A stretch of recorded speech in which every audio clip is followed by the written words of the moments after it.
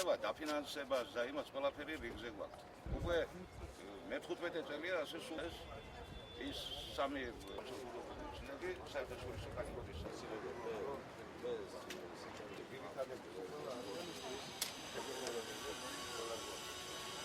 არა დაგაგები ზოგიერთ სუნეთშია.